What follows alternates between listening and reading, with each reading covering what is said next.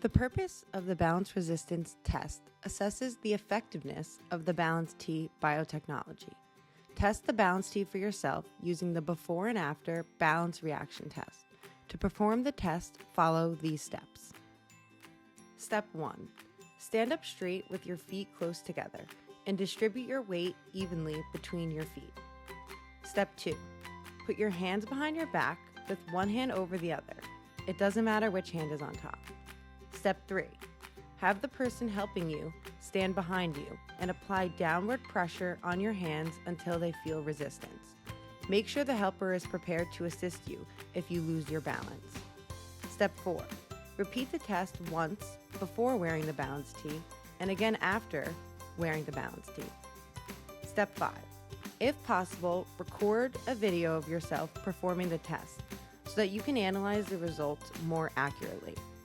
Step 6. When analyzing the results, look for changes in resistance level. The aim is to see an improvement in your ability to resist the downward pressure after wearing the Balance T. Remember to stay safe and cautious during this test.